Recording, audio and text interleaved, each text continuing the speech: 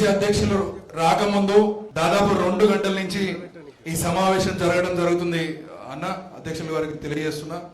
అనేక మంది జిల్లా అధ్యక్షులు, అనేక మంది రాష్ట్ర కార్యవర్గ సభ్యులు, వైస్ చైర్మన్లు కూడా అనేక అంశాలు స్థానికంగా వాళ్ళు ఉన్న పరిస్థితులను కానీ వారి జిల్లాలో జరుగుతున్న విషయాలను కానీ వారు ప్రస్తావించారు.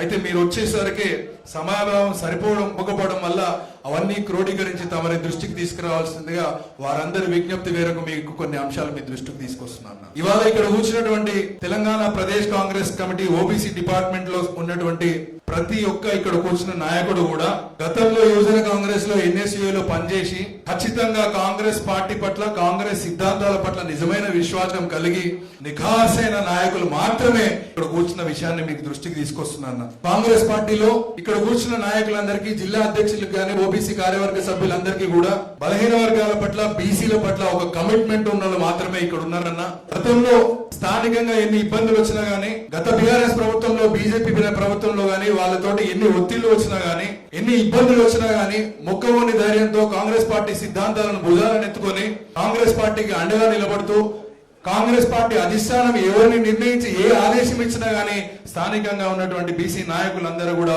ఒక్క తాటి మీదకి వచ్చి పనిచేసి వాళ్ళందరికీ గెలుపు కోసం కృషి చేసిన విషయాన్ని మీకు ఈ సందర్భంగా గుర్తు చేస్తున్నాం. ఇవాళ మా అందరి అదృష్టం, ఇక్కడ మీ అందరి అదృష్టం, మనం అందరం ఇక్కడ కూర్చున్నాము, మనందరం బలహీన వర్గాలకు సంబంధించిన వాళ్ళమే.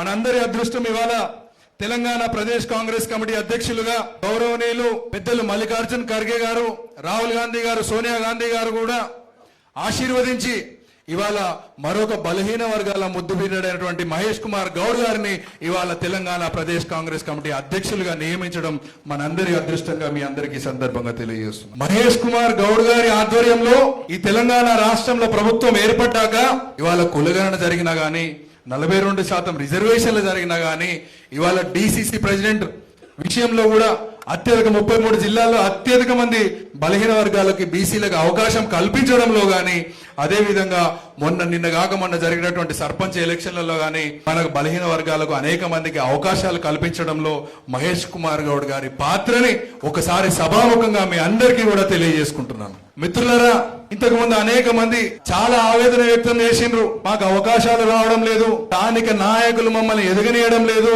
లేదా స్థానికంగా మాకు కొన్ని ఇబ్బందులు ఉన్నాయి అని చెప్పి మీ అసంతృప్తిని, మీ ఆవేదనని మీ అందరూ తెలియజేయడం జరిగింది.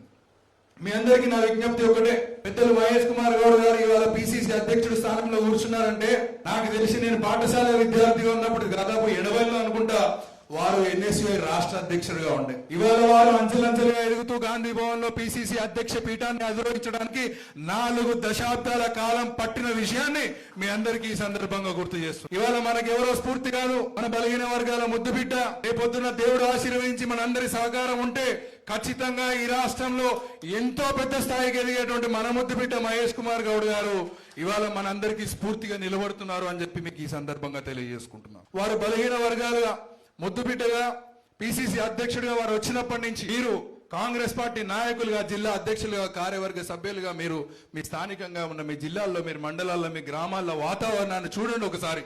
ఇవాళ కాంగ్రెస్ పార్టీలో బలహీన వర్గాల గొంతుకై మహేష్ అన్న ఉన్నాడన్న ధైర్యంతో అనేక మంది క్రియాశీలంగా పనిచేయడానికి ముందుకు వస్తున్న విషయాన్ని మీకు ఈ సందర్భంగా గుర్తు చేస్తున్నాం.